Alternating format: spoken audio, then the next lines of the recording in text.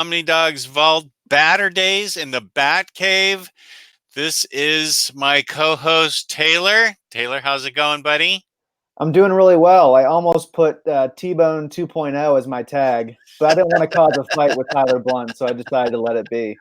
Yeah, you don't want to start anything up No, with I him. don't. You are the resident Batman expert, so that is why I formed this alliance with you, so we could talk about all things Batman. And we pre-recorded this show because you and I both have things going on in real life on Saturday. Right. So we're always going to have a show every 2 weeks, but there might be some pre-recorded shows. We want to make sure there's always a show on Saturday, though, so Right. you have something to watch from us. Right. Exactly. We want to try and give you some form of entertainment on Saturdays, even if it's pre-recorded. Right. We want to make sure Batman's in your life somehow. Right. It's good to be consistent.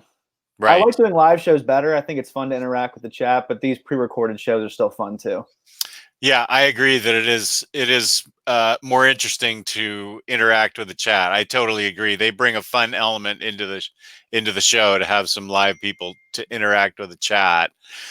But we are playing the cards we were dealt with, and so we'll try and have fun, just the two of us with no chat. We'll pretend Cycle Cleveland's here, just ranting and raving about various things, and we'll just type it in all caps and stuff like that. So we are ranking the 11 Batman movies, and there's a method to our madness. Why don't you go ahead and explain how we got to 11 Batman movies that we're going to be talking about? Well, as most of you know, there are like dozens of Batman animated movies. And so if we were ranking all of those, we'd be here for like 5 hours. Yeah. And some of you might like that, but others of you would not tune in that long. So we decided to strictly only do movies that were released in theaters. And also movies that were released in theaters and stayed in theaters longer than a day. Because Batman the Killing Joke was debuted in theaters for one night only. So I don't really count that one very much. It was only in theaters one night before it came out on Blu-ray and home video. I also left out Justice League because that's not a Batman-centric movie, even though Batman is in it. Justice League, the regular live-action movie. Right. That would have been towards the bottom of my list anyway. Well, I actually liked that movie. I didn't hate it. I didn't love it, but I liked it. I thought it was fun, so I didn't hate it.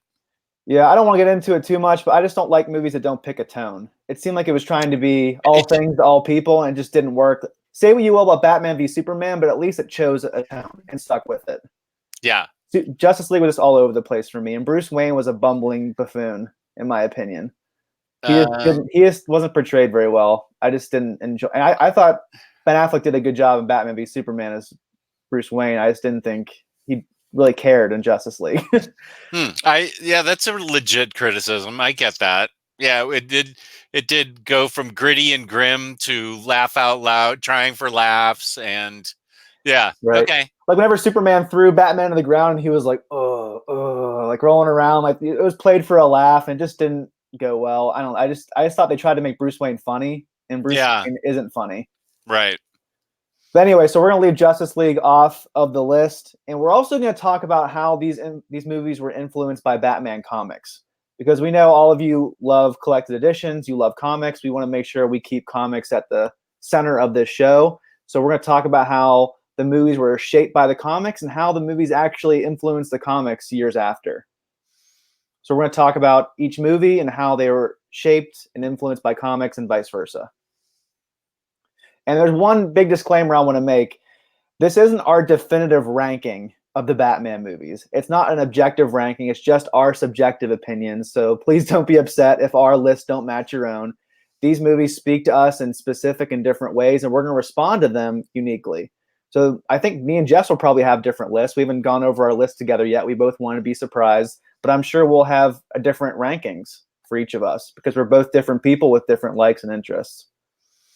That's a great thing about this show, is that we can come together to talk about our diverse opinions. Right. Yeah. We're that little teeny tiny corner of the internet that is constantly getting squeezed where we respect each other's opinions. Right. Right. From Omni Bros to this channel to all the channels affiliated with Omni Bros, we respect each other's opinions, even though we may not agree. We seem to be in the minority, but we're going to keep doing it. We're going to keep respecting each other's opinions, even though we disagree. And so far, it's worked out. It seems like the collected editions subgroup is pretty tame compared to most fan groups. Yeah, I'm getting that feeling. I don't know. Getting that feeling. That's what it seems like, at least. So that's why I like being a part of this group, because everyone's, for the most part, really kind and generous. And every once in a while, there's a jerk, but that's very rare. Yeah, I think it's the exact opposite in a lot of groups where it's mostly jerks and the nice guys are the rarity. So, right. So I think we're lucky that we have it in the corner of the universe that we do. Oh, one other movie I didn't include. It's not really even a movie. It was the old serials from the 40s. Like, those debuted in theaters, but I really have no desire to watch them because they're really strange, and they're also like over 260 minutes long put together. And life is too short to watch that. I just don't have the desire to watch that. And before anybody tries to make a funny comment, no, I was not alive during those times to see those serialized in theaters in the 40s. No, I was not. But you were alive to watch the rest of these movies. Yeah, including Batman 66. I saw that in theaters as like an 8-year-old. Yeah. I copped to that. That's for sure. I was 24 years down the road for that one. You were born in when? 90? 1990. Holy smoke. I'm going to be 29 this year. You're as old as my house. My house is as old as you. You're building. Oh, no. No, my house was built in 1980. We moved into this house in 1990. My house is older than you, boy. I'm still a young pup. Yeah, you are. That's even more impressive that you're so young and yet you've retained all this Batman knowledge. Well, like I said in our first show, I think I can't remember a time where I didn't love Batman. Like, there's a certain starting point we all have for our memories when like all of our memories start coming together and you start remembering things. And I just don't remember a time where Batman wasn't in my life. He's always been a constant. He's always been my favorite character of all time. It's never changed. Well, let's talk about the last movie on our list. All right, and dead last, number 11. None of you are going to be surprised by this. It's Batman and Robin. Right. And I do not own this movie, so I can't show you the Blu-ray case to it. I don't want it in my house. Jess, you actually haven't seen this movie, so I made this decision for you. Right. It was so bad that the trailers that I saw upset me enough that I said there's no way this movie can work. It suffered from what Amazing Spider-Man number 3 suffered from. Too many villains. I knew it wasn't going to work. I'm sorry to all you Arnold fans out there, but I do not think Arnold Schwarzenegger is a very versatile actor. When I hear him say, and this is the voice of your doom, or whatever he said. I have that. He says, "Allow me to break the ice. The name is Freeze. Learn it well, for it is the chilling sound of your doom." That line will forever be stuck in my brain. I was out after that. And then there's Poison Ivy in this movie. And then isn't Bane like with Poison Ivy or something? Bane is so stupid. He is not the Bane from the comics. Right. Bane is arguably the most intelligent of Batman's antagonists, of his villains. And he is like a stupid muscle man who just grunts and moans and says stupid stuff.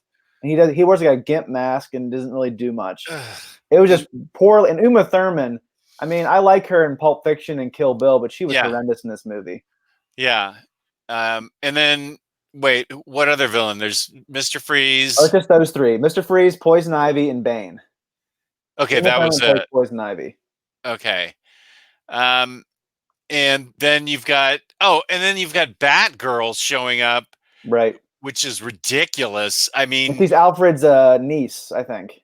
Yeah, and I love Batgirl, but it needs to happen organically, and it didn't happen organically, as far as I can tell. I did not see this movie So some of you may say it's unfair, but nobody likes this movie, so nobody's going to say it's unfair because nobody really cares. So It'd be hilarious if one person in the comments was like so angry at us for hating this movie. I doubt that person exists, though. I agree. Nobody's going to say that anything about it. I love Alicia Silverstone and I love Batgirl, but it's not it. As far as I'm concerned, it just was not going to work, and I was not going to see this movie. And we've spent way too much time on it already. Can I go through some of the puns in this movie? Yeah, go ahead. Well, the worst part, I don't know if you've ever heard of this part, but there's a part where like Poison Ivy's pretty much infecting all these men at an auction and kind of making them fall in love with her, and including Batman and Robin. They're fighting over her, and they're like all like, you know, trying to buy her and things like that. And Batman pulls out a credit card with a bat symbol on it and says, "Never leave the cave without it." And it's so groan worthy. Or Arnold Schwarzenegger, here's some of his puns. "You're not sending me to the cooler." Or "Let's kick some ice." It's just really bad. And then there's that same scene I was telling you about with Poison Ivy when she's trying to tempt Robin and Bruce. She says, "My garden needs tending." Like, oh, come on. Like, that's just so cringeworthy. And I just sow my wild oats. And there's so many puns in this movie. It just makes you, I hate puns anyway. I don't know what you think about puns. I used think to it's the like lowest them as form a of humor. teenager, but now I think they're pretty lame. I think it's the lowest form of humor. Maybe now that I'm becoming a dad, I'll eventually like puns to some degree. It seems like every dad likes some pun. But the movie was just really bad. George Clooney was horrible in this movie. I usually love George Clooney, but you could tell he knew this movie was terrible, and he was almost making fun of it while he was in it. He was like sleepwalking through the movie. Like you could just tell he didn't care. Movie. It was just a tone deaf slog that was all about style and not substance. And it's like Joel Schumacher, the director, just took a big dump on Batman's history. Yeah, and he disregarded everything, and he just didn't make a good movie here. It was horrendous, and it really killed the franchise for almost 10 years until Batman Begins came out. Right. And Jess had some movie homework to do this week, but I am his friend, and I don't want to punish him by making him watch this movie. As your friend, I don't think you could have made me. I don't. I value our friendship, but there's no way. I don't even think my wife could have made me watch this movie. There was just no way I was gonna. I'm on the other side of 50, man. These 2-hour slots are getting to be very precious to me. So I was not going to waste 2 hours on Batman and Robin. And this movie has some nostalgia factor for me because it came out when I was 7 years old. So to be honest, I did love it when it came out because when you were a kid. And I was a kid. Yeah. And then like a couple years later, probably when I turned 11 or 12, I watched it again. I'm like, oh wow, this is really bad. And then I learned that everybody else hated it too. I had no idea. Yeah. When you're a kid, you're not really thinking about things critically. You just enjoy that there's a Batman movie. Yeah, well, that's going to come into play in another couple choices here. And talking about comic book influences here, I'm not really seeing any comic book influences. Maybe from the Silver Age, maybe trying to make it more wacky and zany. That's the only thing I could really think of. Like the bright colors and everything, maybe from the Silver Age. I don't know. And they cherry picked Victor Freeze's origin from the Batman animated series episode "Heart of Ice" by Paul Dini. The whole thing with his wife Nora having this syndrome, and she's perpetually in like a coma and trying to be taken out of it, and Freeze is trying to get enough money to heal her and figure out her disease. So they did steal that, but they did it in a terrible way. Yeah, that wasn't handled very well. So they did cherry pick it from that. And something that's really confusing to me is that Sean Gordon Murphy actually utilized a lot of this plot for White Knight. It was really strange. Like the big freeze gun that Mr. Freeze has in the story. He wants to freeze the city. Wait a second. Let me highlight you so we can see this. Okay. Remember that part where he has the big freeze gun? Yeah. That is right out of Batman and Robin. That's the ending where Freeze wants to freeze the entire city. Oh. And Poison Ivy wants to make it into her garden, pretty much. And also at the end, where they're all driving the different Batmobiles, that is right out of Batman and Robin too, because Batman, Robin, and Batgirl all have their own like Batmobile. They all have their own vehicle, and they're driving across the ice, which pretty much happens in this story. And here's the big ice gun. And also, Alfred is dying of McGregor syndrome, which is what he had in Batman and Robin. And so I just don't understand why he did that. I mean, I understand trying to Mm, celebrate Batman's history, but I wouldn't pick the worst thing from Batman's history and celebrate it and make it so yeah. prominent. I'm not the biggest fan of White Knight. I did enjoy it, but that part did rub me the wrong way because I just don't like Batman and Robin, and I don't think you should take your cues from it.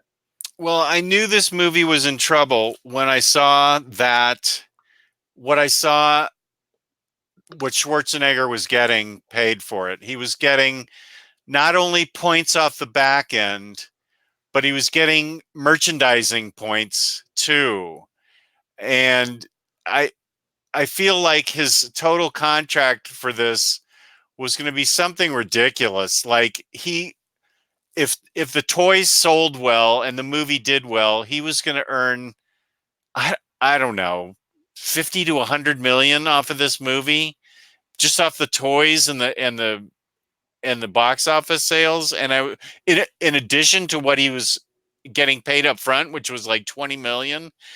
And I thought, this is a disaster waiting to happen when you're dropping this much dosh on one guy, and he's not a good actor, and he's going to bring the whole film down. And I just remember thinking this movie is going to be a disaster, and it was. And I guess we like talking about the really, really good movies and the really bad disasters the Yeah, the middle of the most. road movies are kind of boring to talk Yeah, about. we'll probably skip over those. But yeah, I just knew from the beginning, hearing about what he required to sign, it was basically they just backed up the truck for him to get him to sign to this. And I was just like, oh, it could have been so much better if they got like a qualified actor with a really good script and everything. But it was really just a way to try and sell toys. I think Right. this movie was. And that is something that's unfortunately happens in a lot of the movies from the 80s and 90s with Batman. The villains always have top billing over Batman, which always Mm, bothered me. Like on the original Batman 89 poster, who's the first name? It's Jack Nicholson. It's not yeah, Michael, which makes sense because Jack Nicholson was probably one of the top 3 actors of that time. yeah, I get it, but even with this movie, Arnold Schwarzenegger's first on the poster, or even Batman Forever with Jim Carrey and Tommy Lee Jones, with Batman Returns with Michelle Pfeiffer and Danny DeVito, it seems like those early Batman movies always had Batman in the corner, and the villains were the ones who were in the spotlight, which was frustrating to me because I wanted to see an exploration of Bruce, and that definitely didn't happen very much in Batman and Robin, like at all. yeah. I don't know. I didn't see it. Do you want to go to the next movie, number 10? Sure. All right, so this will be where we might diverge. Okay. My number 10 is Batman 66, the movie. Mine is Batman Forever. All right, so let's talk about Batman Forever first. Um, I I felt that You did see this one, just to be I clear. did see this. Yeah, Okay. all these other I've seen everything else. It's just Batman and Robin I refuse to see. But Batman Forever, I did see it in the theater. I felt like the ending, especially where he he rips the pages out of the book, or I forget exactly how it was, but he felt like he was free of the promise he made to his parents, and he was free of the vow that he made, and um, he was somehow unencumbered by the promise that he made to fight for justice and uh, get vengeance on crime and stuff. I was just like, wait a minute, that's Batman's whole reason for being. I mean, if you get rid of that, you get rid of Batman. So the ending left me cold. Um, they kept calling Two-Face Harvey Two-Face, which was stupid. Either call him Two-Face or Harvey Dent. They went way over the top with Two-Face. Two-Face Yeah, is not like that in the comics. He was pretty much like a mixture of the Joker and like Two-Face. He has that big room that's divided down the middle with different colors. He has yeah, the one girl wearing the black and one girl wearing the white, and like he has that stupid suit and the red hair and the red face and the zebra stripes. It was Tommy Lee Jones is a great actor. He was not in that movie. And no, famously, him and Jim Carrey did not get along. He bullied Jim Carrey on the set and belittled him because he thought he was a buffoon. but Tommy Lee Jones acted like a buffoon in this movie too. Yeah, I didn't care for Tommy Lee Jones in this movie. I thought Jim Carrey was just Jim Carrey in this movie. I, I thought he was fine as the Riddler. I thought Val Kilmer was passable as Batman. I was excited to Oh, see him. I was excited at first to see him as Batman, but then when he became Batman, I thought he was passable. I didn't think he was certainly not as good as Michael Keaton. he's a very hit or miss actor. Like He I is. love him in Heat and Kiss Kiss Bang Bang with Oh, he Robert was Downey great in Kiss Jr. Kiss Bang That's a Bang. great movie. I mean, not to disparage the man, he's going through a really big health crisis right now, and he's not doing too well. But he is just so hit or miss for me, and this is one of the big misses. I don't think he Big did a great. misses. It just didn't seem like he cared. That it's the same thing with George Clooney. They just didn't seem like they cared. I think these were both paycheck movies for Yeah, both of they them. phoned it in. Yeah. I just don't think that they both could have done a lot better. I think. George Clooney is an amazing actor, and he looks like Bruce Wayne. He pretty much is Bruce Wayne in real life. Yeah. So I think he could have done a good job, but he was handed the worst script. And I don't think Batman Forever is as bad as Batman and Robin. Again, it has a nostalgia factor for me. I used to watch this movie on an endless loop as a kid. I Yeah. used to love it, but as an adult, I can say it's not that great. I think Jim Carrey's the best part of the movie, even though he is Jim Carrey. Yeah. I agree. He's the best part of the And the movie. And he plot is was, so stupid when he's trying to steal everyone's like intelligence through his machine. I don't even remember what the plot was. They put these boxes on people's TVs and it pretty much sucks like all their mental energy and That's intelligence out of their ridiculous. brain. And Jim Carrey sitting there in a chair with all the stuff going into his brain. It was just ridiculous. It was like a Batman 66 episode. Well, speaking of which, you had this as the second worst Batman 66, and Right. I can And see why. It's a ridiculous movie. Here's the thing about Batman 66. I understand why people love it. I was just born way too late for it. I was born 24 years after it debuted, and I get what it was trying to accomplish. I'm just not into what it was trying to accomplish. I think it perfectly executes what it was trying to do. It was trying to be over the top. It was trying to be a parody. It was trying to be like a satire in some ways, which I get. I'm just not into that version of Batman. Right. But if you love it, that's great. I know a lot of people love this show. I don't care which Batman you love as long as you love Batman. Yeah. This just isn't my cup of tea. And I really tried. I used to watch a lot of these episodes on TV Land with reruns. And I Yeah. just didn't like it as a kid. Even as a little kid. I would rather watch Batman the Animated Series. Oh, well, Whenever I was a yeah. kid. I think those two comparatively, like I knew one was obviously better even as a young child. I That's the knew problem, is that you had that option. When right. I was 8 years old, I did not have that option. I had Batman 60. It wasn't called Batman 66. It was just called Batman. And it's number 9 on my list, Batman 66. And But Batman Forever is number 9 on my list. okay, We'll so switch. we're pretty close on those. Now, if I was 8 years old, Batman 66 would be number 1 on my list because it was all that existed back then. And I didn't understand that it was corny and a joke and I don't know if it was a satire, but I didn't get that it was intentionally a spoof. It was serious to me as an 8-year-old. Maybe I was a naive 8-year-old. Sorry, it's my dog. That's fine. Maybe I was a naive 7 and 8-year-old, but it was a big deal. Let's see, I was 7 when it first came out. It was a big deal back then, where you had to. It was on ABC, and of course, back then there was 3 channels, black and white, and there was never anything on Sunday, which was, Saturday at least you had cartoons, but Sunday you had like Brother Buzz and Davy and Goliath, and that was it. Sunday was I dreaded Sunday as a little kid. There was nothing on television, and my comic books for the week had already been read. But wait, we're going off on a big tangent on Jess's life here. Sorry. But ABC started showing Batman in the middle of the week, like Wednesday, I think, and it would always end on a cliffhanger. And pretty soon, it got to be so popular, and fans wrote in that it was the first TV show that I can remember where it had 2 episodes a week. It would go like Wednesday, Thursday, where the cliffhanger would be solved from Wednesday on Thursday, but then Thursday's cliffhanger would wait to be resolved the following week. They couldn't run it 3 times a week. So that was the first show that I ever knew that was run back to back during prime time.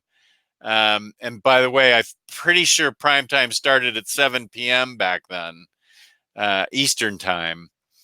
My wife and I were just talking about that because TV used to stop at midnight, and then the test pattern would come on.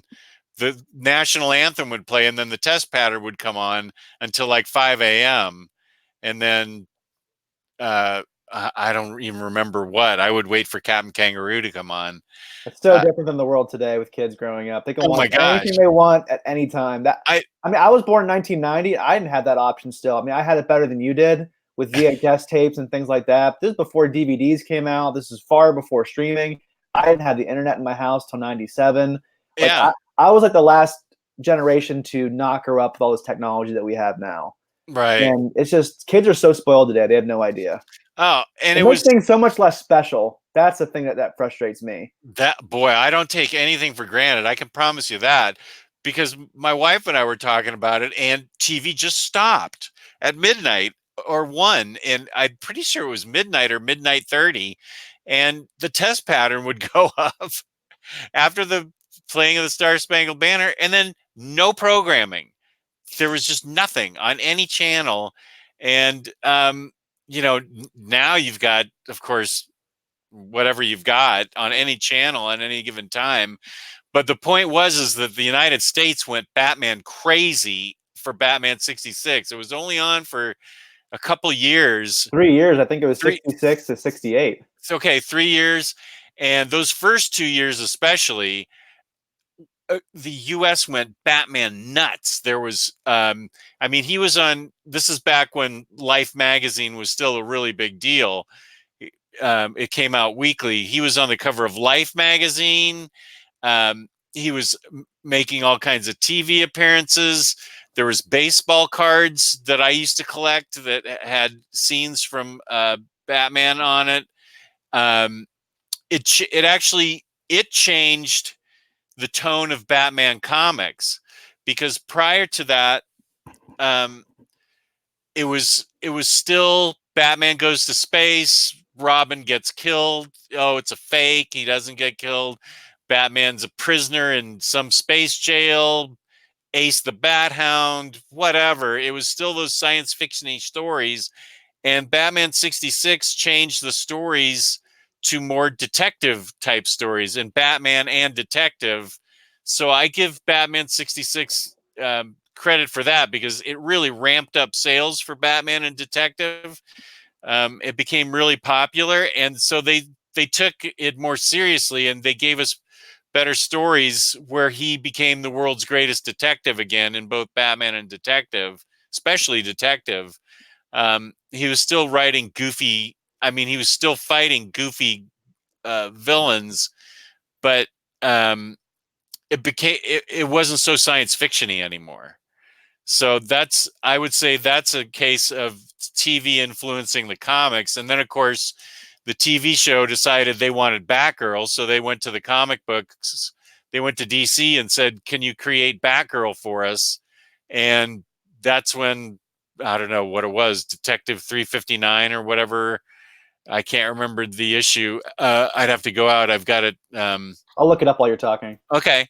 And that's when Infantino and whoever wrote the issue designed Barbara Gordon as I think it's 359, and they came up with Batgirl because the producers of the TV show wanted to have Batgirl riding a motorcycle and being on the TV show. You're right. The character debuted in Detective Comics 359, titled "The $1 Million Debut of Batgirl." Okay, good. January 1967. And it's hard to find that comic in good shape or good nick as the Brits say, in good nick, because it's purple cover and it's a deep purple cover, and so it's hard to find it in really good shape.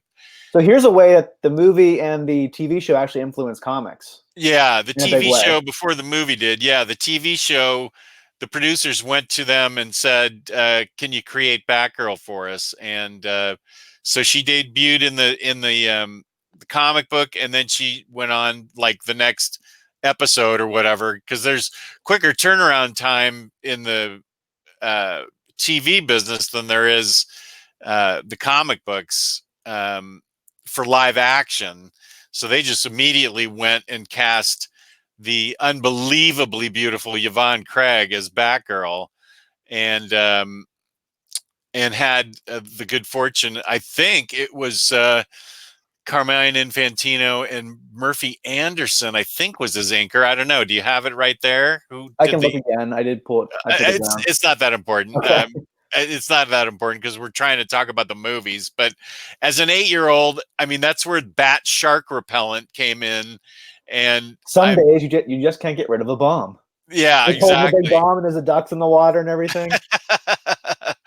As an 8-year-old, that thing was number one because it was all that was around, and I was just giddy with excitement that it was a movie. As a 13-year-old, when it came back in reruns, I was like, what the heck was I thinking? Thinking this was so serious.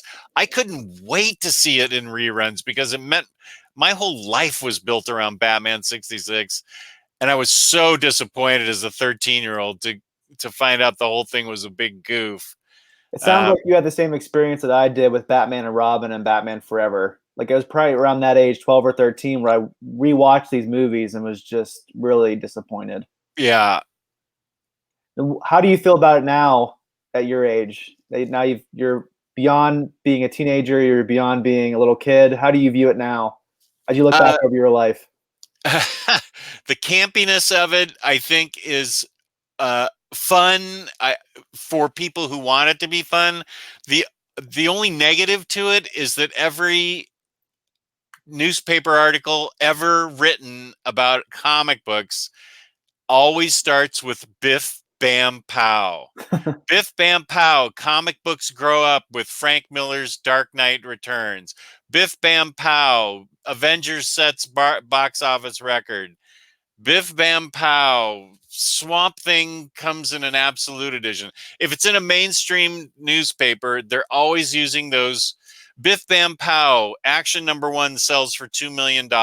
You know, right? It's always using those Batman 66 sound effects. And so that's the only negative I can think about the TV show. Otherwise, you know, it increased awareness of Batman. It drove readership up, which is a good thing. It made it popular enough so that they could experiment and hire that Neil Adams guy. So that was a good thing. I was watching the live show last night, and you have that signed picture of Adam West, don't you? I do, yeah. And, that's pretty cool. Yeah. I got that from a dealer. And in preparation for this show, I asked Jess if he could showcase the Batman 66 omnibus. I thought he had it. And he said, oh, well, I sold that, but I rebought it today or yesterday, whenever I sold that to Doug McAdams because I read it and I thought, I'm not going to reread this. I did read it. It was fun. And then I sold it to Doug McAdams, and I thought the other day, I was like, gee, I kind of miss that omnibus. That was fun. You know, it's written by Jeff Parker, who's great. And I thought, I want it back. And so I bought it again. I think Kevin Smith wrote some Batman 66 crossover comics with Green Hornet as well. Oh, yeah, I think you're right. I never read it, but I've heard that they're pretty good. Yeah, they even have Cesar Romero's mustache with makeup over it in the book. It's really funny. It's a classic. Yeah. So for me, this is number 10. For you, it's number 9. Number 9 for me was Batman Forever. Okay. Do you have any other thoughts about Batman 66 before we move on? Nope. All right. So number 8. Why don't you go with number 8? Batman versus Superman. That's my number 8 as well. All right. We're doing pretty good so far. We only had 2 switches. And they were pretty close together. Right, they were close. So Jess, why don't you tell me how you what were your thoughts when you left the movie theater with Batman v Superman back in I actually 2016? I actually waited and saw this with my daughter on a rental, Okay. and about halfway through, my daughter said, "What is this movie about? What's going on in this movie?" And I said, "I'm not really sure." I was really excited for this movie. Um, because I am one of those few people that actually liked Man of Steel. So I liked Henry Cavill, I like Man of Steel. Cavill, or however you say his name. Yeah, I liked Man of Steel, and I thought, okay, this sounds like a good uh, movie. And it was, I don't know, it was just it was a big mess. There was just, it didn't seem to have any direction. There was, I don't know. They it didn't really seem to have a cohesive direction that it wanted to go. A movie is kind of like a meal. You have to have the right ingredients put together. You can't just shove random ingredients into a movie hoping that it makes it really good. It needs to be well prepared. It needs to be thought out. The ingredients need to be well measured. Here, it's just a bloated mess because they shove so many ingredients in that don't complement each other. That is a And good way of putting it. here's the thing. I don't think this movie would be the way it is without the MCU existing because DC was trying to rush to catch up with the MCU. And the Oh, MCU have been building it up for 8 years at that point since Iron Man 2008. Because remember, The Dark Knight Rises came out in 2012, and that was its own separate pocket universe. It didn't tie into any other movies. It wasn't tied yeah. into Man of Steel. So they were trying to rush. They should have had a Batman solo movie and then introduce Batman and Superman. Instead of they had to introduce Batman in this movie, they had the death of Superman with Doomsday. They had Oh, trying to set up the yeah. Justice League. That random scene where Bruce sees the Flash, Yeah. and then he also has that dark side vision where he's wearing the trench coat and killing people. And one of the worst scenes I've ever seen in 29 years of my life is whenever Wonder Woman is going through those files and seeing Aquaman and Cyborg and the Flash and watching these surveillance videos. It was just so stupid and just shoved in. And it was just ridiculous. It was not cohesive at all. The whole thing was just a bunch of random hodgepodge set pieces. And to The be honest, I have the Ultimate Edition on Blu-ray as a cool cover. oh, And the Ultimate Edition is 30 minutes longer, so it's even longer than it was in theaters. But it's much better of a movie because there's so many plot holes in the theatrical cut. It makes a lot more sense. oh, it does. It makes a lot more sense. I don't think it's a great movie at all, the Ultimate Edition, but it's a lot better and it's somewhat enjoyable. Is there But more Wonder Woman in it? Because I liked the Wonder Woman parts. I don't think so. A lot of Oh, it was explaining why these things happen with Superman, like why he wasn't able to detect that bomb in Congress because it was under the wheelchair in a lead box. That's why he couldn't see it. oh, Because otherwise, it was like, why couldn't he see that? Like, why? yeah. And there's a lot of other things. The whole Africa subplot in the beginning made zero sense. How the whole movie kind of launches, and they explain that a lot more too, Oh, and different things like that. It brought the movie a lot more together, but it was still messy. It was still bloated. It still had a lot of problems. But the best part of this movie for me was Ben Affleck. I thought he did a great job as Batman. He yeah. looked I like thought Bruce so too. Wayne. Again, I thought he was sleepwalking through Justice League. You can tell he wanted to be done, Yeah, but I just think he did a good job in this movie. And I thought he looked great in the costume. I thought so too. And I like the Wonder Woman parts. I thought she was interesting. Um, but it just felt like somebody was playing 52 card pickup and just threw a bunch of cards in the air and was just trying to piece it together. It was just, I don't know. It had so much potential. I really wanted it to be good, and it was just not good at all. I was always concerned because I knew they were trying to rush it. And the whole Oh, title, Batman v Superman: Dawn of Justice, it's obvious they're trying to set up the Justice League, which it's okay to seed some things, but that shouldn't be the main goal of the movie. The main goal of the movie should be explore Batman and Superman. yeah. And I really, really dislike their choice to have Batman kill people. That made me so angry. He's just mowing down criminals with his Gatling gun on his Batwing. He's running them over with his Batmobile, crushing them to death. I just hated that. And I can forgive that in Batman 89 because that's part of the 80s. That was a symptom of the times. Comic Mm, books were not well respected back then like they are now. Now you can really be closer to the comics and be accepted. And they had no excuse in 2016 to make that misstep. Zack Snyder just doesn't understand Batman. He just thinks he's like a violent, like ridiculous, over-the-top maniac who wants to murder people. And that's not what Batman's about at all.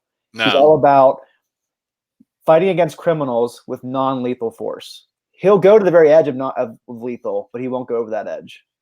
And so it really just, whenever I see Batman killing people, it makes me feel very strange inside. It just feels off to me, and it really bugs me. I don't know how you felt about that watching this movie. Did it bother you? No. He was killing people? No, I think it's about time. See, that's what Zack Snyder says too. I just don't like it because it's just all Batman wants to save people from what happened to his family, and his family was killed by a gun, and he doesn't use guns to accomplish his goals. He uses his training and his superior intellect. He can think of a way to beat criminals without killing them, which makes him that much more heroic, in my opinion. Right. So that's just my opinion. I mean, some people I'm sure like it. I just don't like it. It makes me feel really weird when I'm watching these movies and he's killing people. I just don't like it. It goes against what I was taught as a kid with Batman. I grew up on Batman being all about, I'm not going to cross that line. I'm not going to break that rule.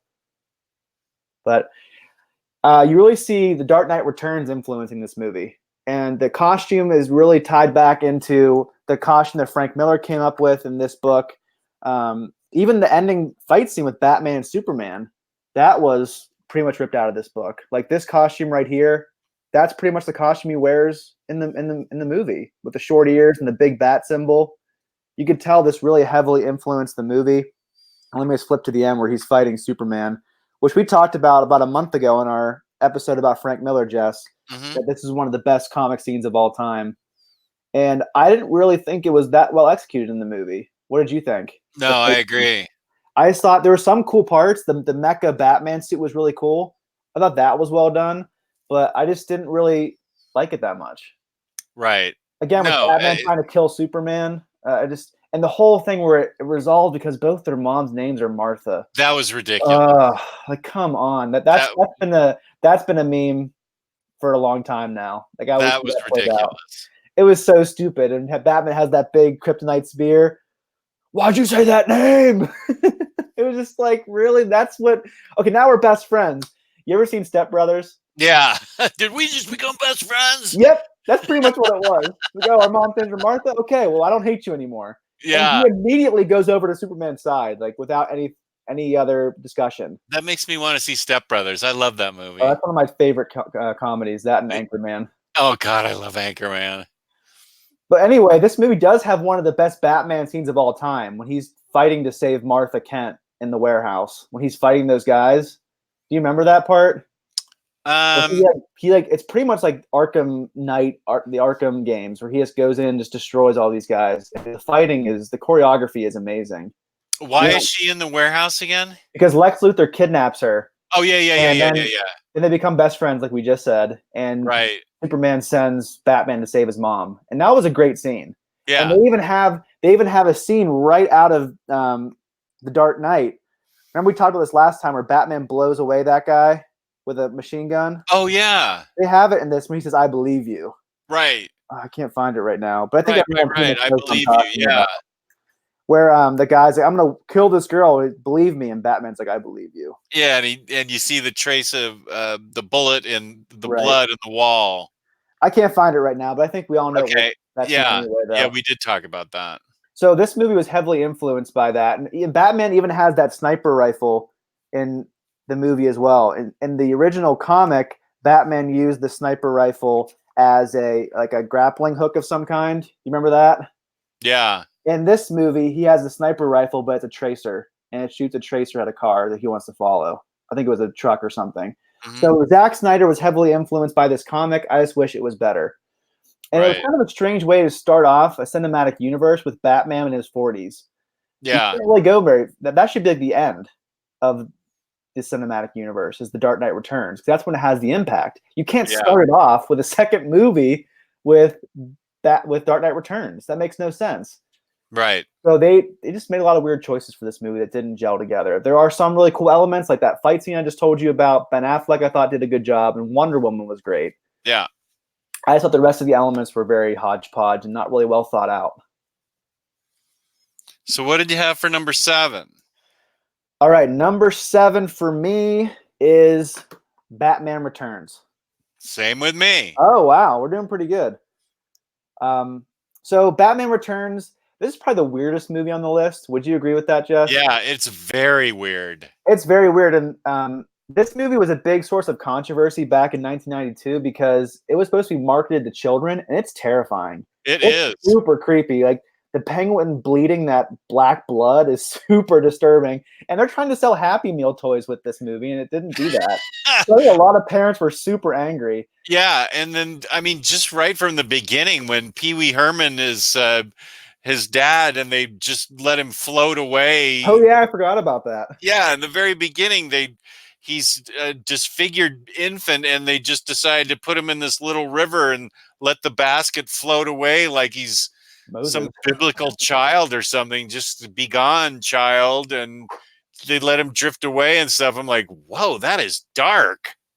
And this is very much a Tim Burton movie more than Yeah. a Batman movie. Like Yeah. Batman '89, I think he was able to kind of curb some of his baser instincts. In this movie, he just went all out because he was given more of a blank check to do whatever he wanted. Because Batman '89 made all the money in the world, whereas this movie didn't do as well because of the darkness, because of how creepy it was, how it really turned parents off to the movie, and it made. I've heard a lot of children left the theaters weeping because they were terrified.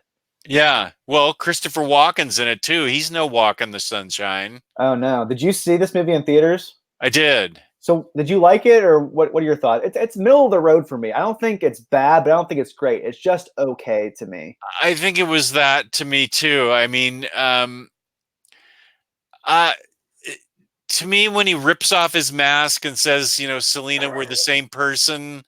Like it's like this rubber, it just rips off right away. Yeah, his suit can stop bullets, but he can rip it off really quick. That didn't make any sense. That scene just didn't really ring true to me. I don't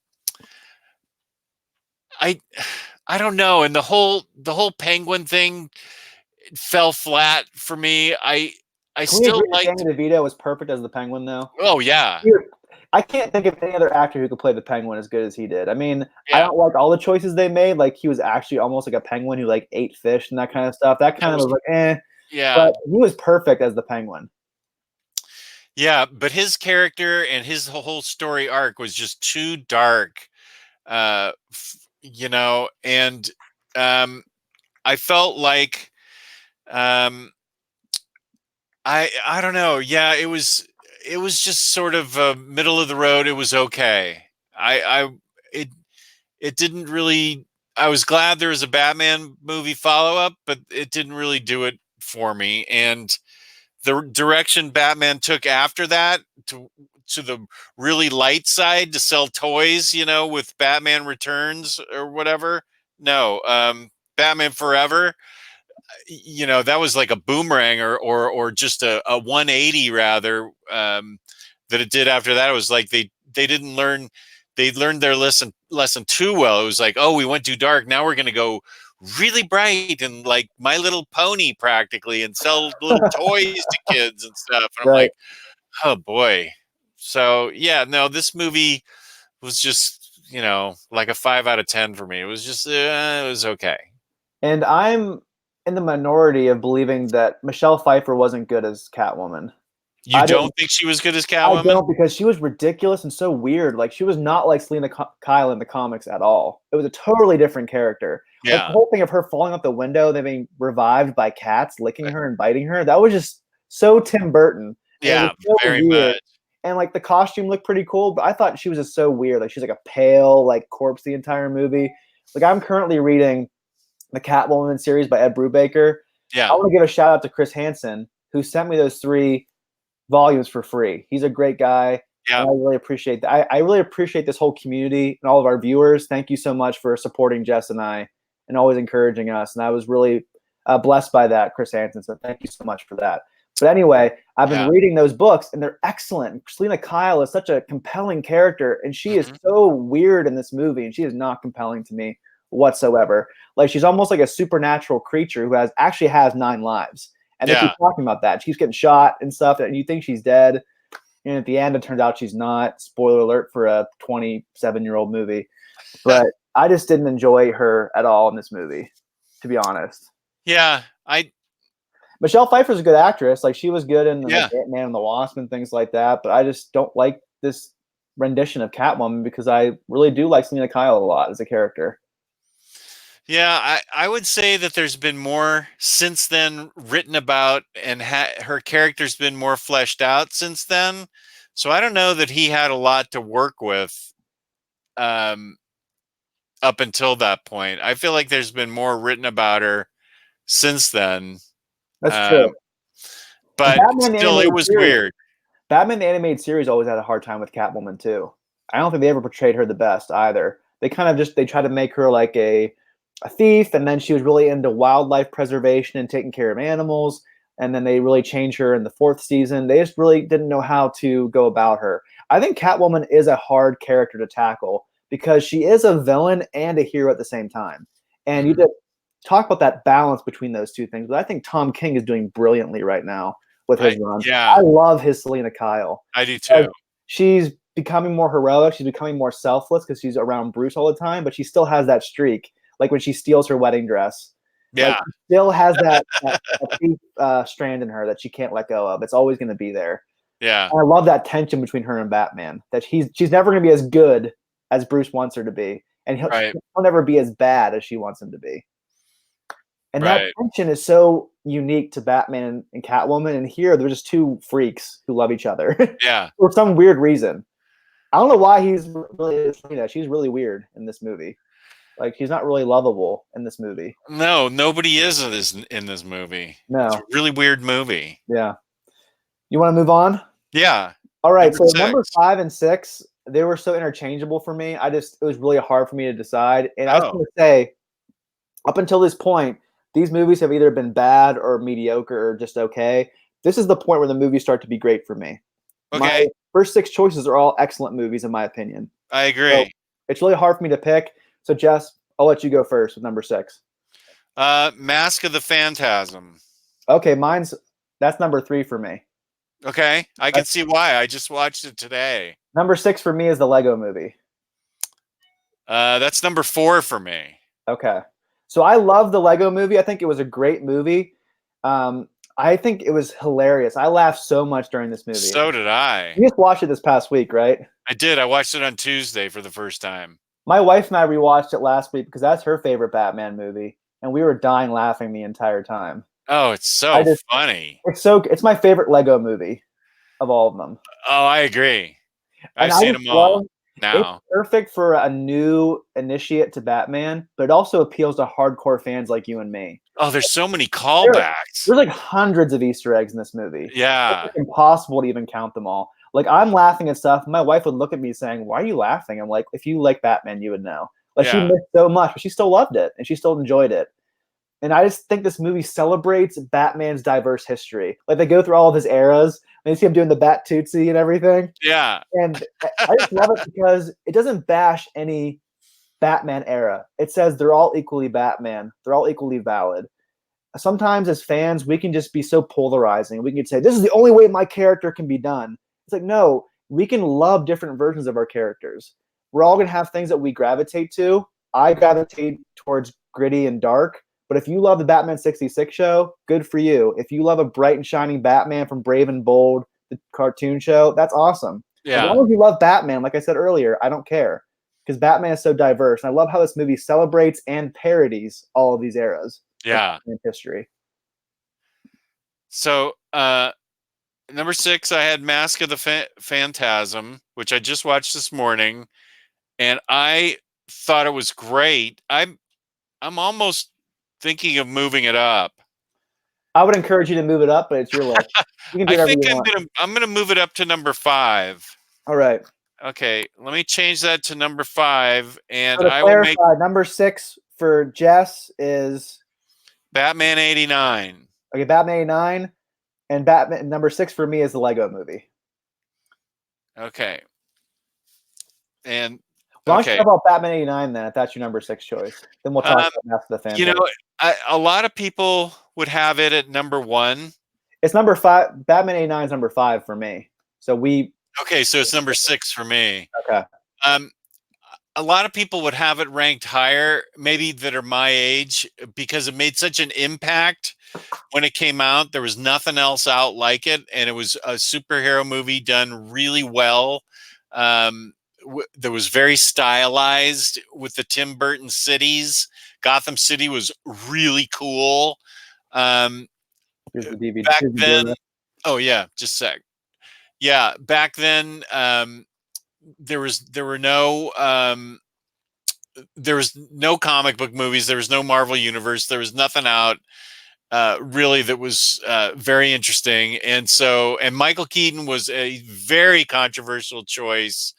There was no internet, but there were plenty of um, uh, local comic book shops, and the Comics Buyer's Guide was this little newspaper that went out weekly that was a way and it was pretty popular. Lots of comics shops would have it there. I subscribed to it, and lots of people subscribed to it.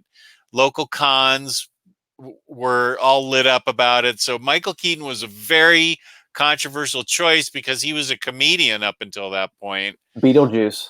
Yeah, and he was strictly a comedian, and for him to try and pull off a dramatic role like this, because people took Batman and take Batman seriously, for they weren't sure that he had the acting chops for it. A lot of And times, comedians are better actors than people give them credit for. They end up being the best dramatic actors. well, he proved it in this movie because he did a great job as Batman and Bruce Wayne. Hmm. I think people felt like he'd be fine as Bruce Wayne, but they were worried that he wouldn't bring the same gravitas as Batman. And everybody knew that Jack Nicholson was going to be a great Joker. They just knew that. And he had tons of great toys. Joker says in it, "Where does he get such marvelous toys?" And um, it's it was groundbreaking. It was interesting. It was fun. But the one thing in it that still bugs me is that he's flying the bat plane towards the end of the movie, and Jack Nicholson brings out this gun, just a pistol with a long barrel, and bugs me to this day, and brings down one shot, It's brings like the down that barrel's like plane. 3 feet long. Yeah, and brings down that gun with one shot, and I'm like, you gotta be kidding me. That's the Yeah, bat plane. I like that scene where he shoots him with the pistol. I hate how he's able to target every goon perfectly and kill them. And he shoots missiles and shoots him with a machine gun. He totally misses the Joker.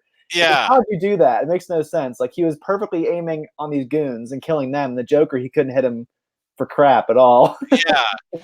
So that bugged me, and that sort of took me out of the movie. But then, um, I, it fell down the list because, well, it fell down the list because of the top three movies that came out. That I had, because it had it not been for the top three movies that I have, it would have stayed up at the top. It has But to be in your top 5, I think, because of how influential it was. Like, it's yeah, so iconic. Like, it came out in 1989, so a year before I was born. So I missed the fervor. But I watched it a lot as a kid. I love this movie. It was my favorite Batman movie as a young kid. And I watched it over and over yeah, and over again. I watched it this past week just to refresh my memory on it. I couldn't believe that I was almost able to recite it line for line. I could say all the Joker's lines pretty much. and it created a fervor of Batmania, and drove people to their comics. I remember that it did create um, people buying Batman comics, and there was a buzz and speculation. Certain old Batman comics did get a bump in price, and there were you know the monthlies for that month sold out quicker through the summer. So there was a local a localized bump Yeah. in my area on Batman comics.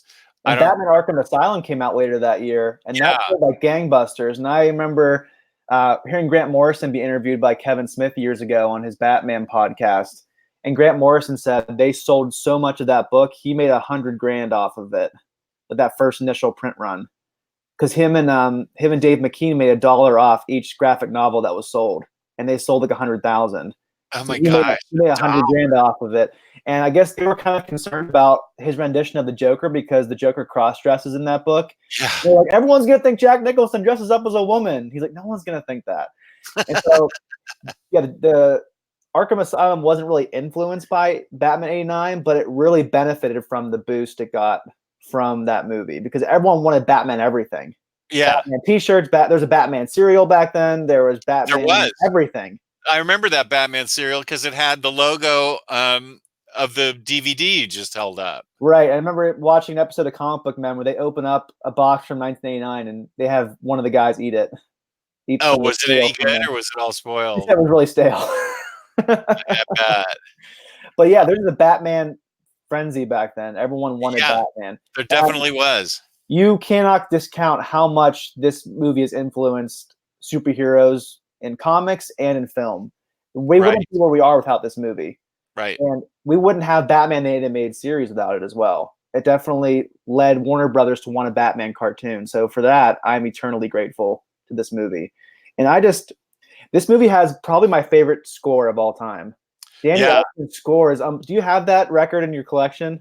I have it on my phone. Okay, because I like to listen to movie scores as I read comics. Yeah, me too. And I listen to that one so much as I read Batman.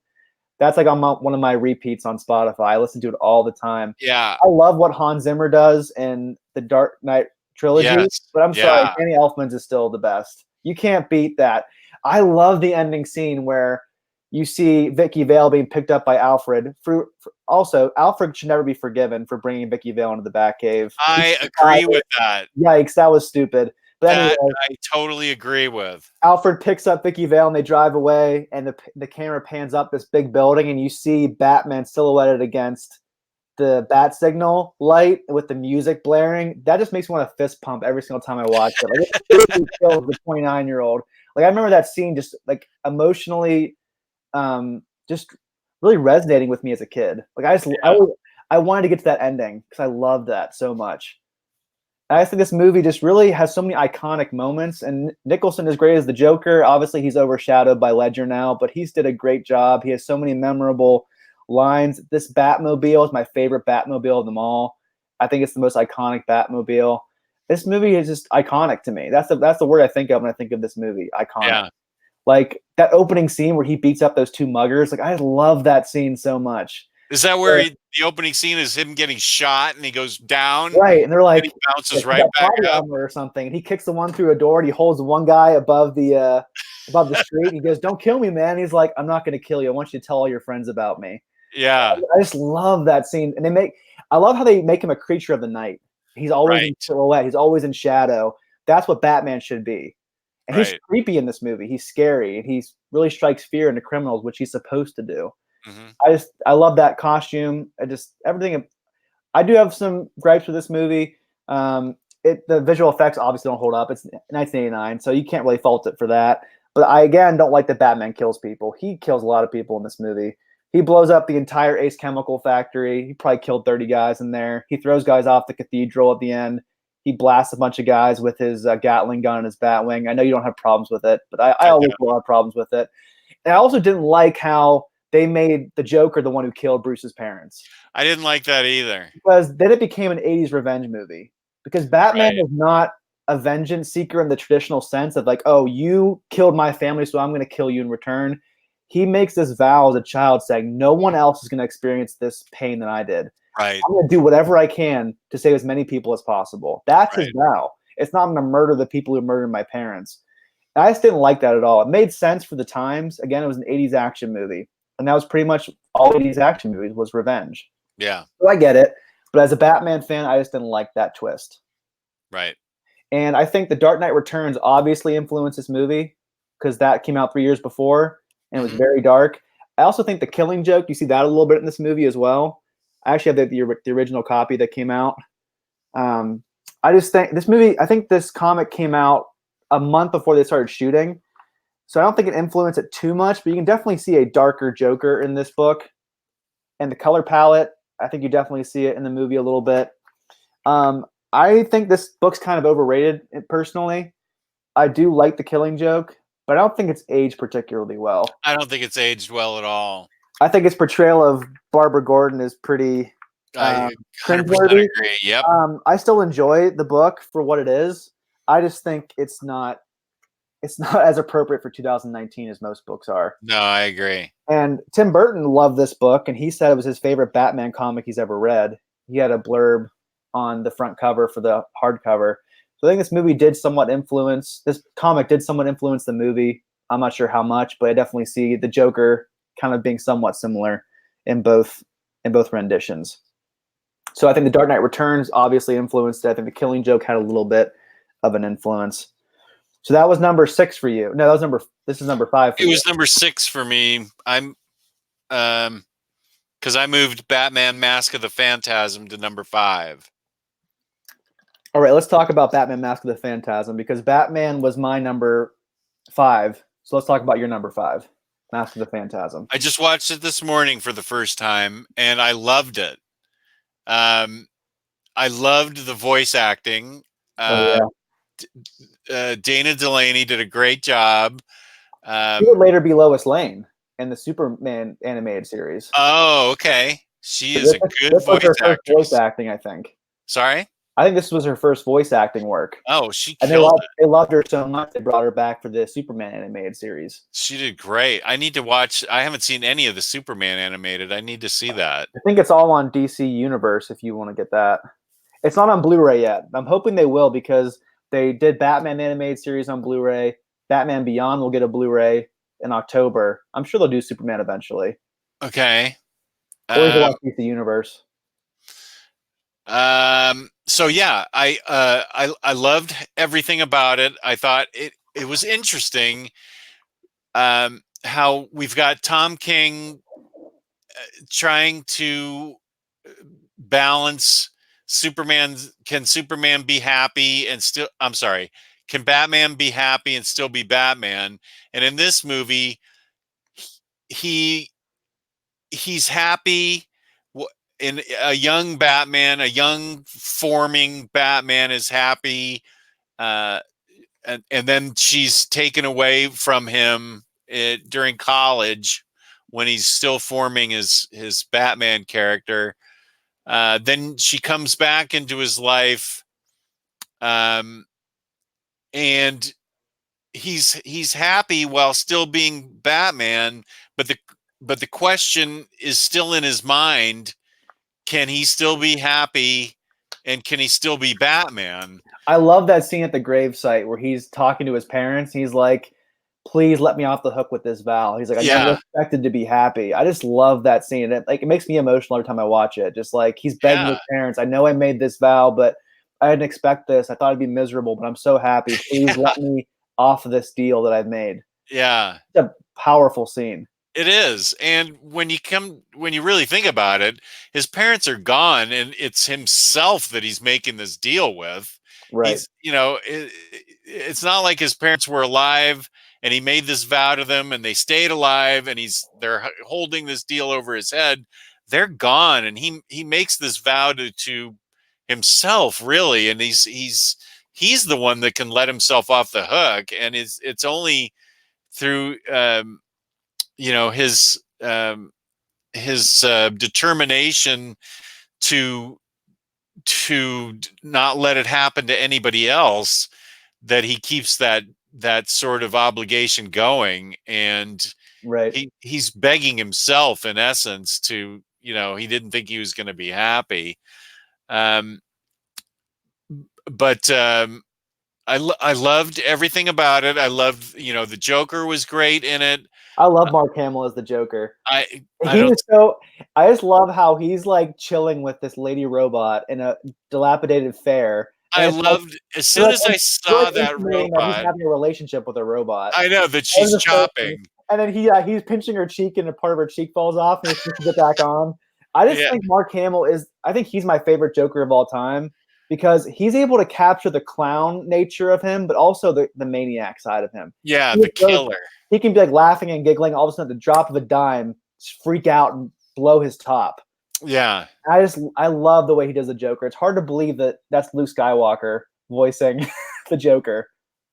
If you ever see him on a talk show, he's got other voices too. Like he does a really good Harrison Ford. Yeah, I was just gonna say that. His Harrison Ford is excellent. Jess, after the show, go on YouTube and look up Mark Hamill recording as the Joker. Everybody else sits down. He's standing up, like curling his fingers and like just like turning his face into the Joker. He's so into it. You could tell he loves being the Joker. Okay. I love Ledger. I love Nicholson. I've heard Joaquin Phoenix is amazing in the new Joker movie, which we'll see in a month. But I just think Mark Hamill is always going to be my Joker because I grew up with him. Yeah, I can see that. He's Tyler Blunt does an excellent Mark Hamill impression. Of just Mark Hamill or the Joker Mark Hamill? The Joker Mark Hamill. He'll leave a message on my cell phone, and it's Mark Hamill like as the Joker, and then the Joker laughing, and I'm like, ew, I don't even want to have this cell phone near me. It's haunted now by the Joker's laugh. It's so creepy. He does such a good job on it. And I'm sorry to say, I'm pretty open to different diverse opinions, but there's only one right answer to this question. Who is the best Batman? It's Kevin Conroy. Whenever I read a Batman comic, that's the voice I hear in my head. Yeah, I can see that. I just can't imagine someone being better than him. He is just so good. Because like Christian Bale was good, but he had that every single movie he started getting more and more crazy with the voice, and it was like way too much. Yeah. Like he kept getting worse and worse with it. Like and in this, it's perfect. They're both so different. The Bruce Wayne voice is so different than Batman, but it never goes over the top. He's just a great actor. And I don't think anyone really tops him, to be honest. I don't think you're going to get a whole lot of people disagreeing with you especially that grew up watching the animated series.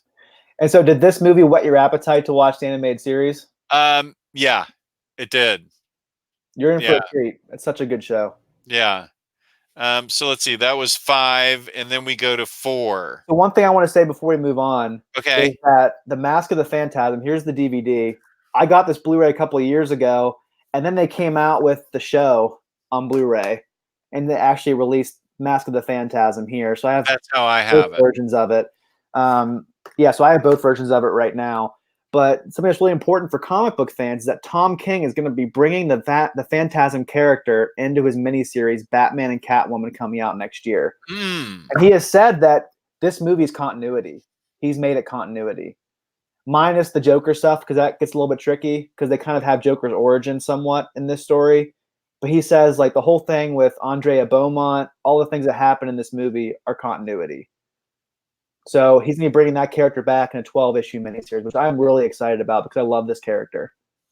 Well, he portrays Andrea Beaumont then as like Bruce's first love. Right. She's the one who breaks his heart and kind of pushes him to become Batman. Because he was kind of struggling for a while knowing what persona to take on. He was working on the costume. And as soon as she breaks up with him, he cuts off his emotions and says, I'm going to throw myself full tilt into this and be Batman.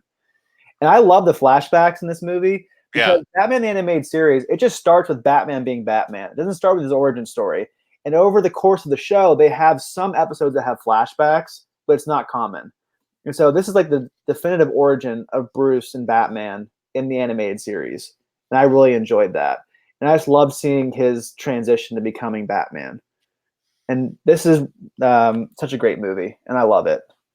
Yeah. I remember renting it from the video store back when they actually had video stores. I used to rent it like once a month and watch it all the time. And it was such a good movie. Yeah. Back with the clamshells, the clamshell VHS cases. Right, sure. Right, so that was number 5 for you, right? That was number 5 for me. Okay, let's move on to number 4. Number 4 for me is The Dark Knight Rises. Okay, number 4 for me was Batman Lego movie. Okay, so we already talked about the Lego movie. So for the Dark Knight trilogy, I have this big Blu-ray case. Oh, look at that. It's limited edition, which is pretty cool. So you actually can take everything out. They have a really cool book in here that has the Blu-rays in it. So I'm just trying to make sure I don't knock everything over. Yeah. It's really cool. They have this book, all the movies in there. I think it's so cool. Ooh. And so that's The Dark Knight Rises. And this movie came out in 2012, so I was still in college back then, and I was working at Walmart that summer. So I was an unloader at Walmart. I had really terrible hours. I worked from 4 p.m. until 1 a.m. in the morning every single shift. And that Ugh. was terrible. And I remember I had to work opening night for this movie. And I wanted to see it so bad. And my girlfriend at the time, who's now my wife, she doesn't really care about Batman that much, but her friends wanted to go see it. So she got to see it before I did. And I was so upset. I was so mad. And I still hold that against her to this day. But I really do enjoy this movie, but it doesn't measure up to The Dark Knight. It really doesn't. I mean, I think it's a fitting conclusion to the trilogy. Dark Knight Rises, Right. right? I don't think it's as good as The Dark Knight. I think it's a fitting conclusion to the trilogy. It's more of a sequel to Batman Begins in some ways than Dark Knight. Yeah. Because it ties back into Ra's al Ghul and the League of Shadows and things like that. You can just tell that Heath Ledger passing threw a wrench into their plans. Mm-hmm. Like I've heard that Heath Ledger was hoping to be in the third Batman movie if they made one. I think he definitely would have played a part in this third movie. So they had to kind of change it up, I think, and kind of go in a totally different direction. And I think that Tom Hardy did a great job as Bane. I know some people hate his voice, but I thought it was good. I thought it was creepy. I liked his version of Bane until the very end. Can we talk about spoilers? I mean, it's a 7-year-old movie. Yeah, sure. I just didn't like how he was kind of a puppet for Talia al Ghul, and he's like rolling man tears at the end. He totally became a different character, and that Talia al Ghul twist was kind of fumbled, and her death scene was really lame, where she's just like crushed in the truck and she goes, ugh, ugh. Like it was just that kind of took that, like the whole thing with Batman with the big pistol. That was my pistol scene. And I was like, oh, why'd you ruin this ending with that terrible death? Like that actress should have done a lot better. Like, come on. Yeah. Do like 2 more takes or something. I don't know. But the rest of the movie was great. And actually, I was almost in this movie because it was filmed in my hometown of Pittsburgh. Oh, is that right? And so I actually went to like extra casting call, and I got a call back, but I was out of the country for that call back. I was on a trip. Oh. So I couldn't be in it. I was going to be either one of the cops or the mercenaries at the end when they're rushing at each other. I was almost in that scene.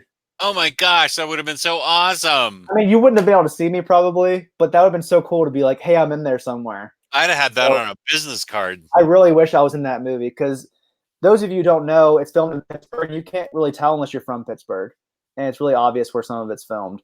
But I do enjoy this movie. I just don't think it's as good as The Dark Knight, but it's a fitting conclusion to the trilogy, and it really ties in to The Dark Knight, the comic book, because remember how we talked about this a couple weeks ago, how the whole theme of The Dark Knight is having a good life versus having a good death. And in this movie, Bruce Wayne is retired. He's broken. He's physically broken. He's hobbling around with a cane. He's pretty much a hermit in his house. And he gets back into it to fight Bane. And Alfred says, you just want to kill yourself. You want to die. I'm not going to stick around to see you self-destruct. He wants to have a good death. He's not fearful of his death, which is a problem because fear of death motivates you to live a meaningful life. Right. And so it really goes to the end where he does retire. He does move on. He fakes his own death in a way, and he leaves. And that doesn't really work in the comic book universe because Bruce always has to be Batman. But for the cinematic universe, it really tied the bow neatly, and it really communicated the main message, which is you don't have to live in pain and misery. You can rise above. You don't have to be hopeless in your life. You can find happiness. You can find your joy. And that's what the movie's all about. You don't have to be in pain to be useful, which I thought was a great message. Yeah. So I think it did a really good job. I didn't like the ending where Joseph Gordon-Levitt's character was named Robin. That was stupid. I wish they had called him. I understand because for the casual Batman fan, they don't know Dick Grayson's name. They don't know Jason Todd or Tim Drake. But I would have liked if he was Tim Drake or something. That would have been a lot cooler. Yeah. But I did like that he passed on the mantle to someone else. That was a good idea. And I thought Catwoman was done pretty well in this movie. I didn't like how she took out Bane. I thought Batman should be the one to take out Bane because that was kind of set up the entire movie. And then she just like lamely shoots him with the bat pod cannon. And I just didn't like that part. But overall, this movie is very strong. It's just not as good as the other two. Right.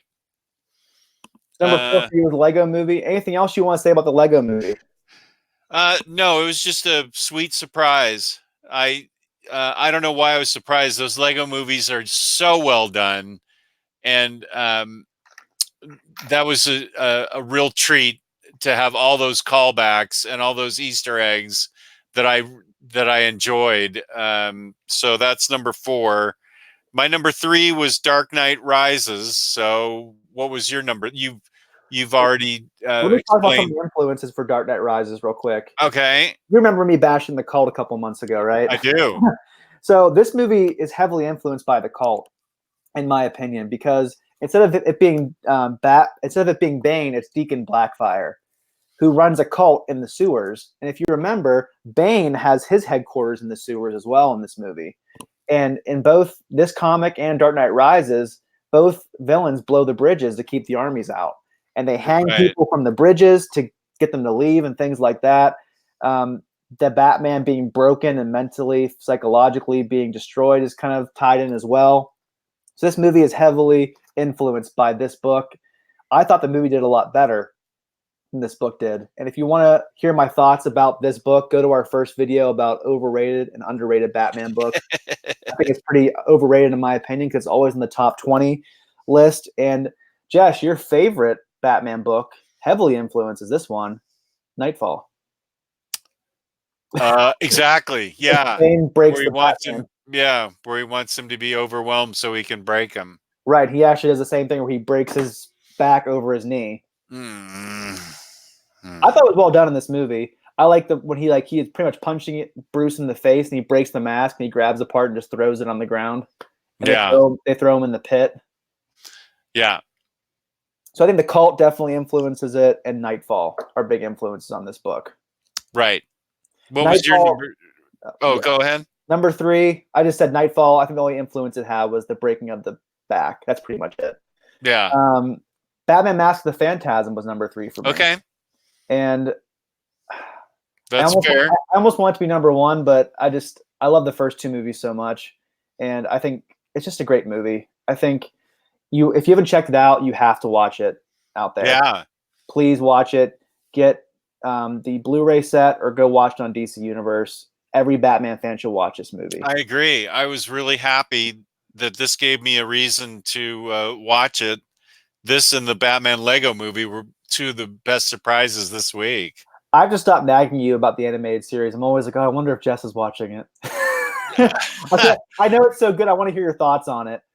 I'm just like, oh, I hope Jess likes it, because you ever have something that's so personal to you that you're almost afraid for someone else to experience it for pretty much the first time because you're worried they won't like it. So I'm like, I hope Jess actually likes it. I'm sure you will, though. Well, if it's anything like Mask of the Phantasm, then I will. It is. It is. You'll definitely enjoy it. So that's number 3 for me. What season does Harley show up in? The first season. Oh, okay. Well, then we're golden. She's pretty early on. She's in all the seasons. Good. All right. So number 2. What's number 2 for you? I have a feeling that we're going to be the exact opposite here, and I have my reasons. Dark Knight.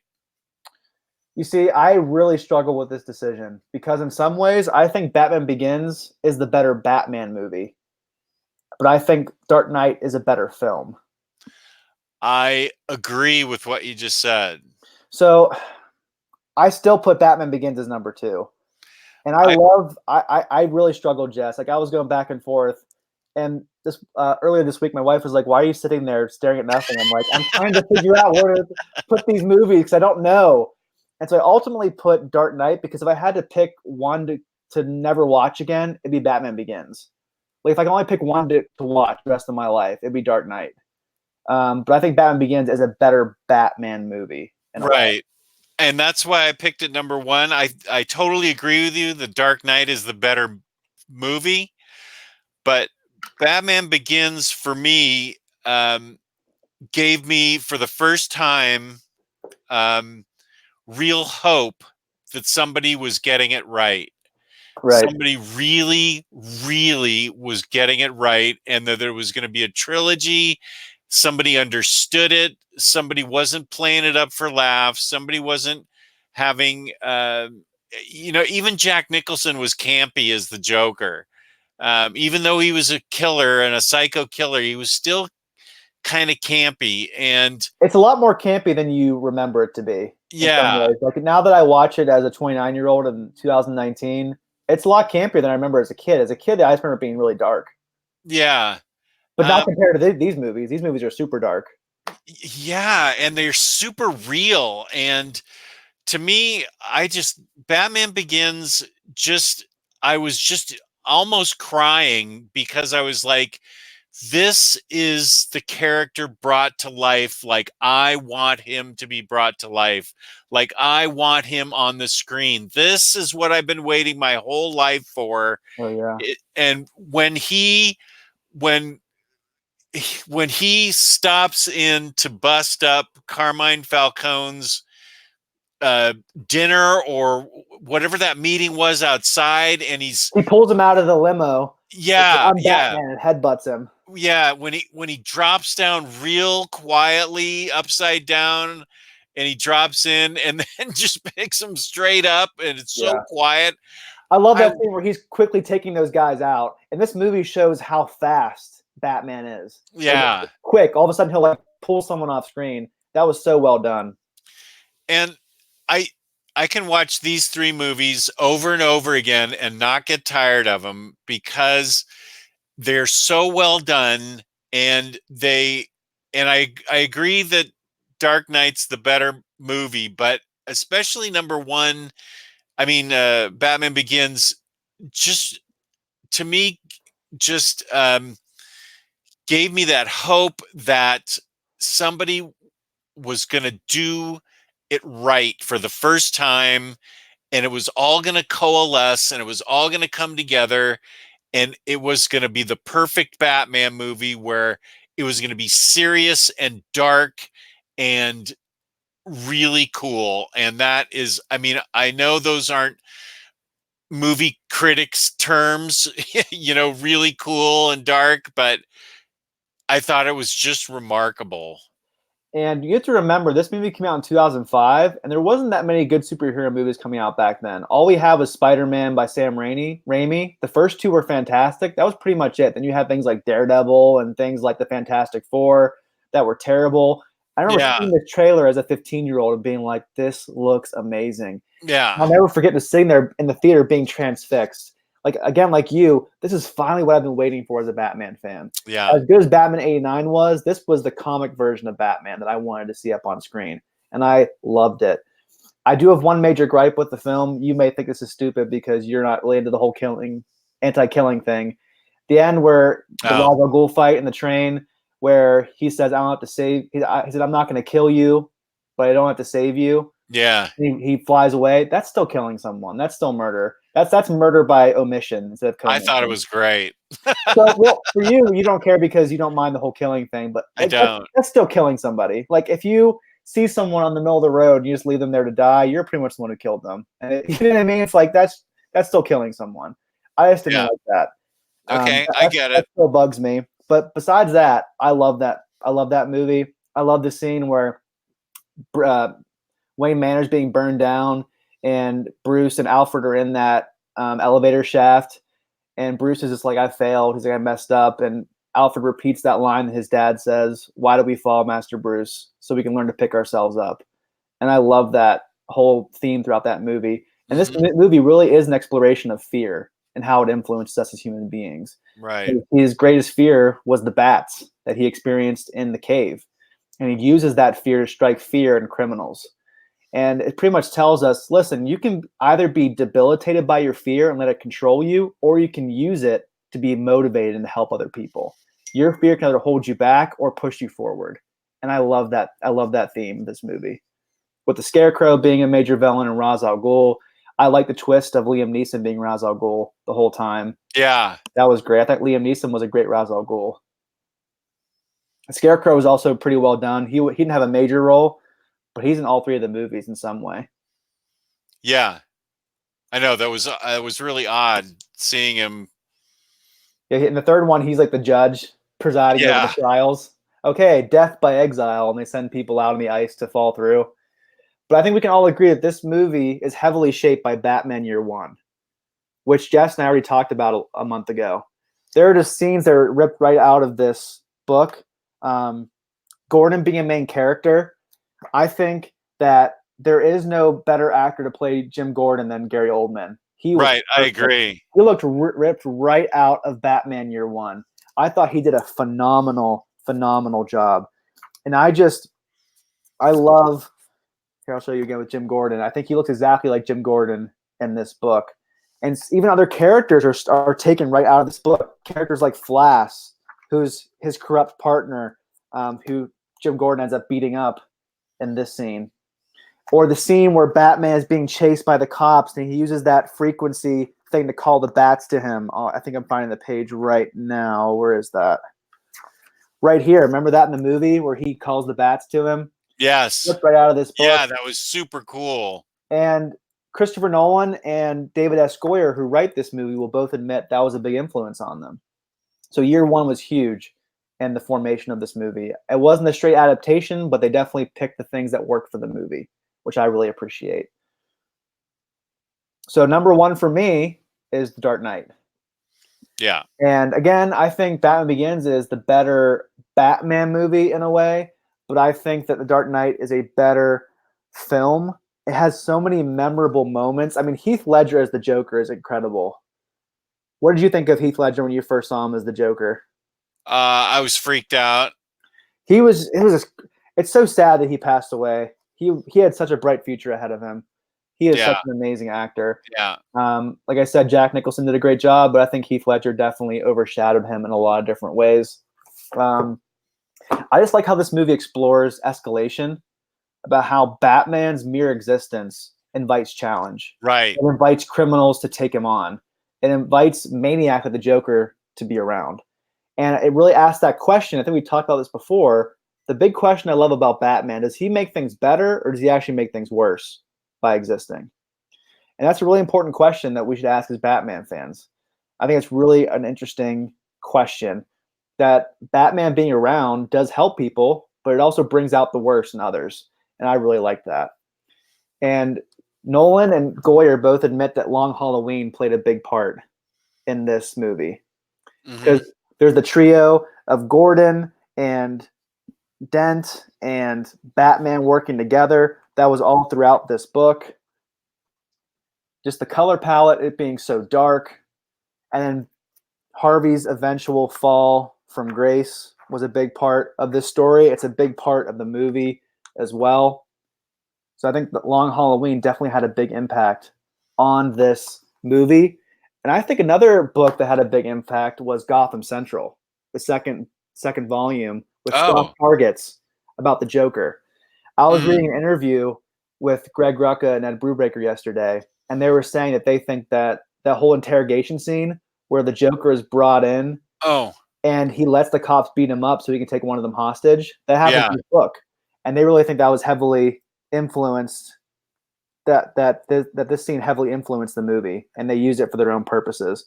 Because the Joker intentionally gets caught and he gets interrogated, but he does it to advance his own agenda.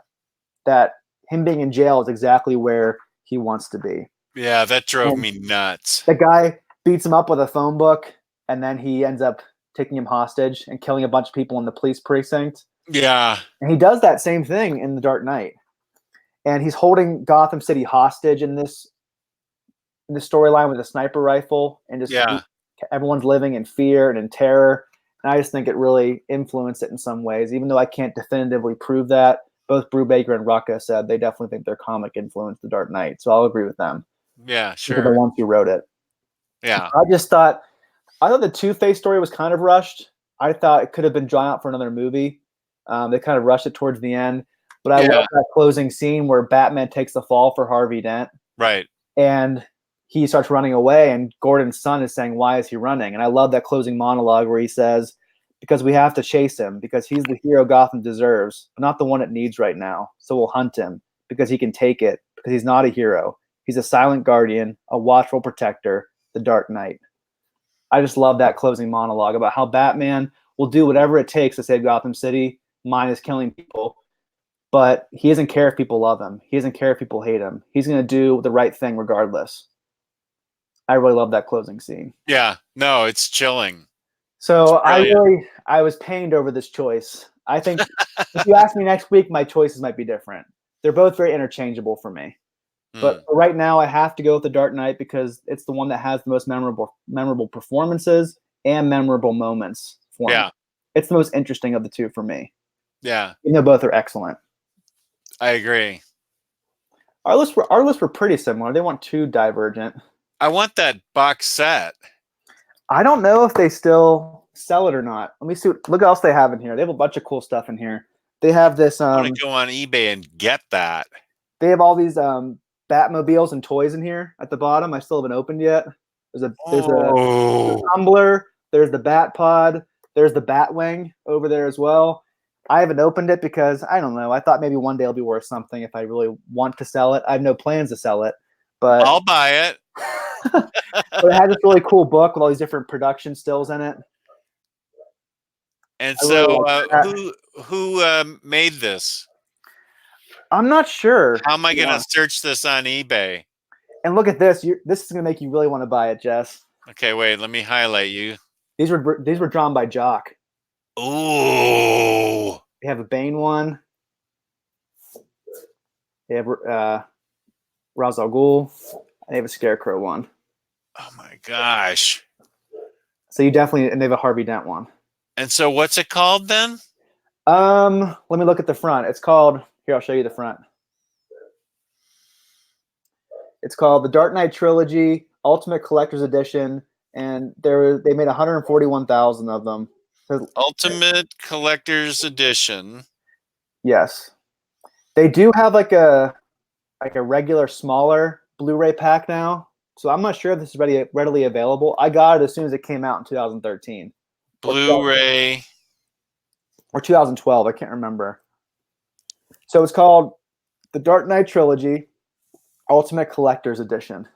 Dark Knight Trilogy. And as you can see, I have my Batman bookcase behind me. I always display this on the Batman bookcase because it looks so cool. So I'm not sure if it's readily available or not, Jess. I guess you can tell me after this is over when you start looking. Well, 140,000 is better than 200. Yeah, you really shouldn't call it limited edition. That's a lot. I guess when there's millions of people buying it, though, or hundreds, I mean, who want this movie, that does change it a little bit. But I'm sure you can find it on the secondary market or something. Yeah, I'll give it a shot. Well, let me know what it's selling for if you can get it, if it's readily available or not, because I'm really not sure. So that's our list for tonight, guys. Yeah. Thank you for tuning in and watching us. Thank you for hitting the like button. We really need you to hit the like button. Please feel free to subscribe. Leave your comments. We always respond to comments. Yeah, tell us what your favorite ones. Yeah, tell us what your favorite movies were and what order they went, and why you hated Batman and Robin and why you loved Batman Lego Movie. Yeah. And like that. And what are we going to cover in 2 weeks from now? What's our topic? Well, that was something we're going to discuss after the show's over. Oh. But we're going to figure out what Batman book we want to review. It will be a review next time. We do know that. Okay. So we'll be back in 2 weeks for a review. And we're not sure exactly what it's going to be, but it's either going to be Batman Damned or the Batman Who Laughs. So we'll see. Okay. All right. Oops. There we go. Okay, good. So on behalf of Taylor and myself, thank you for tuning in to Baturdays in the Batcave. And we will see you again in 2 weeks. Peace and love. Peace and love. See you guys.